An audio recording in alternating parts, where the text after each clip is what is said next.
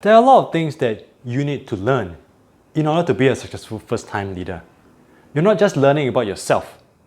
You also have to learn about the people that you lead and the people around you. And you have to learn about the situations that you face and how you resolve them. As you can tell, your ability to learn and the speed in which you can learn is going to play a significant influence in your success as a leader. This is not a video about how you can learn faster or learn more.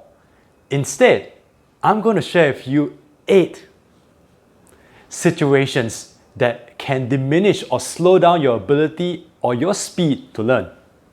Let's get started.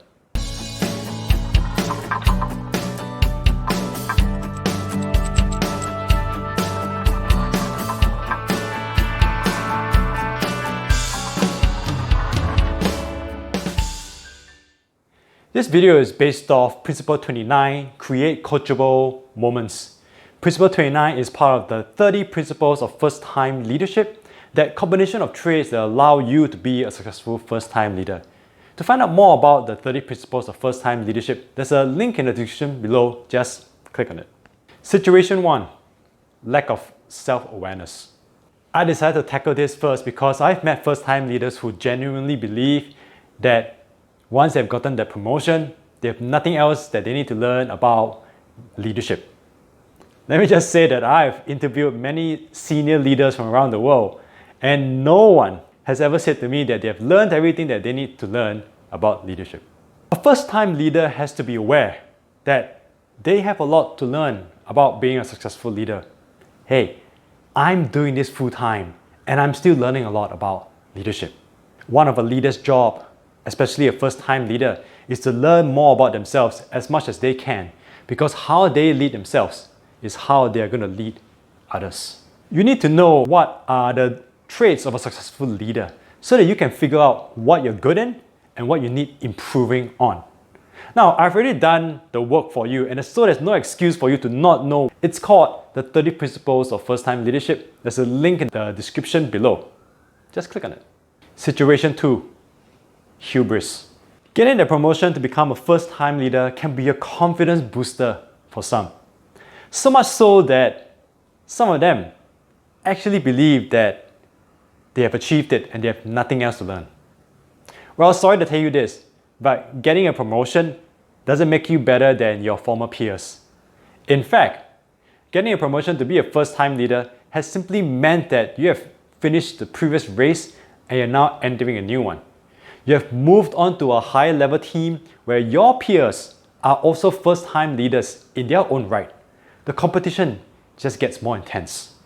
Don't ever let hubris get in the way, because if you are humble enough, you might just learn something new about leadership. Situation 3, don't want to find out. Sometimes what stops a first-time leader from improving in their leadership is the attitude of I don't know. They don't want to find out more. Some first-time leaders believe that if they don't know, then they can't be held accountable, and it also means less work for them. Here's the thing. As a leader of others, it is your job to know. You may not need to be aware of the full details of what your team or each team member is doing, but you need to have an idea of what is going on. Curiosity is actually a great superpower to utilize, because the more you find out about a situation or yourself, the more you will be surprised at what you will actually learn. If it wasn't for the fact that I was curious to answer the question of what is leadership, I wouldn't have gone on my journey and we wouldn't have this video today. Situation 4, being perceived as not coachable. To be seen as coachable is to be seen as someone who is willing to learn and to receive feedback and take action on it. To learn actually requires 2 things.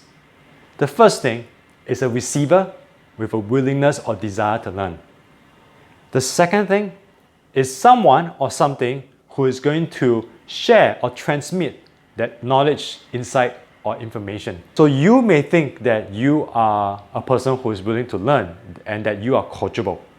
But if others perceive you as not, then they may be less likely or less inclined to share their knowledge, insights, or any information with you. After all, why would they want to waste their time and effort to share their knowledge, insights, or information with you if you are seen as uncoachable? Maybe it was that one time when you reacted unexpectedly to something and it resulted in a perception and eventually a reputation that you are uncoachable. It's really useful to seek feedback from those that you trust on their perception as to whether you are someone who is coachable and willing to learn. Situation 5.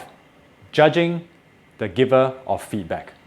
Feedback from others, when it's constructive, is really helpful. Wise leaders will know that feedback in any form, whether it is sugar-coated or not, and whether it is given by an unskilled giver or not, is useful. After all, feedback shows that there's sufficient concern from the giver for them to take their time and effort to actually give you the feedback to start with. When there is no feedback, despite you knowing that there's a problem, then you have a real problem. It shows that other people have developed apathy. They don't really care about whether you succeed or fail. It's entirely up to you. They have no further concerns about you or the situation on hand. And that is a problem. Unfortunately, some first-time leaders and even senior leaders believe that feedback that's given should be qualified, meaning that the giver of the feedback should be someone who is more experienced or more knowledgeable in a particular area.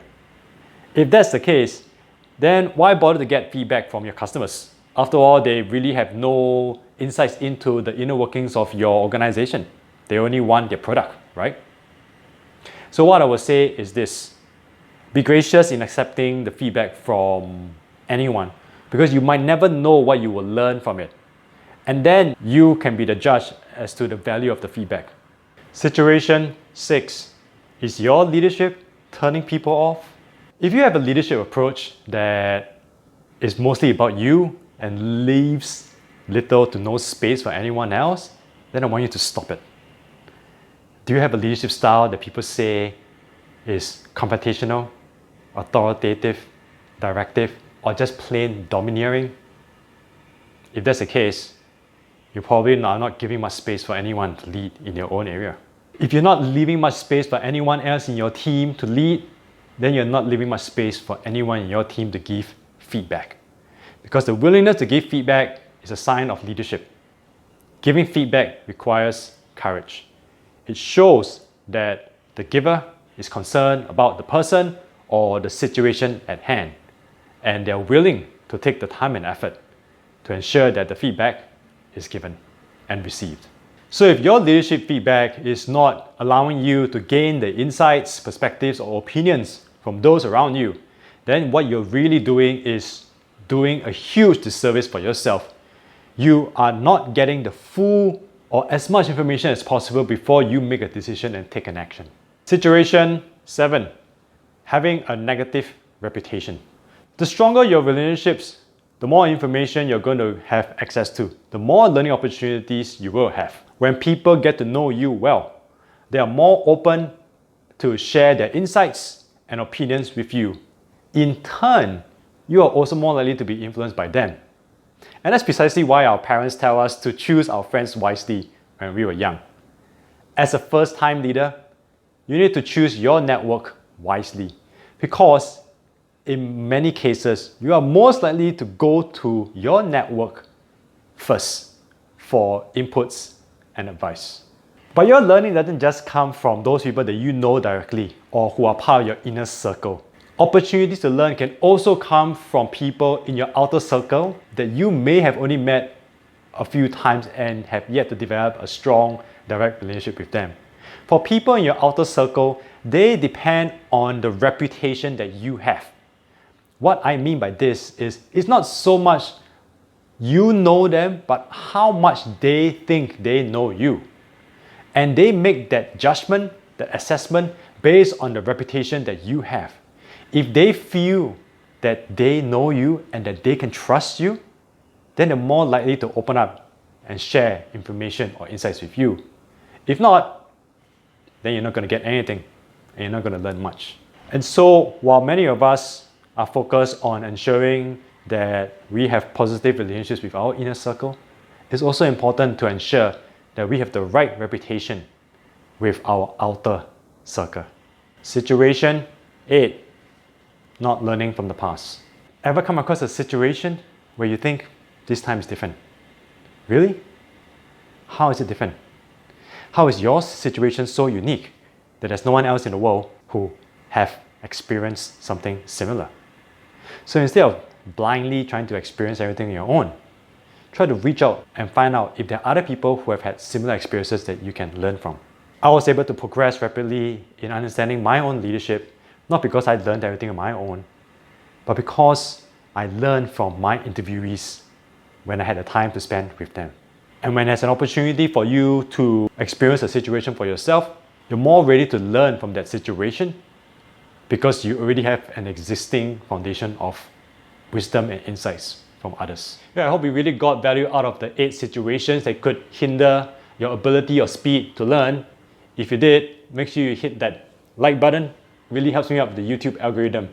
And if you've yet to subscribe to First Time Leadership, consider subscribing because you get notified of new videos when they come out to help you with your first time leadership journey. So that's it. 8 situations that could hinder or slow down your ability or your speed of learning. Can you think of any others? Do share in the comments below. In any case, my name is Daniel Lee from First Time Leadership. I look forward to seeing you soon.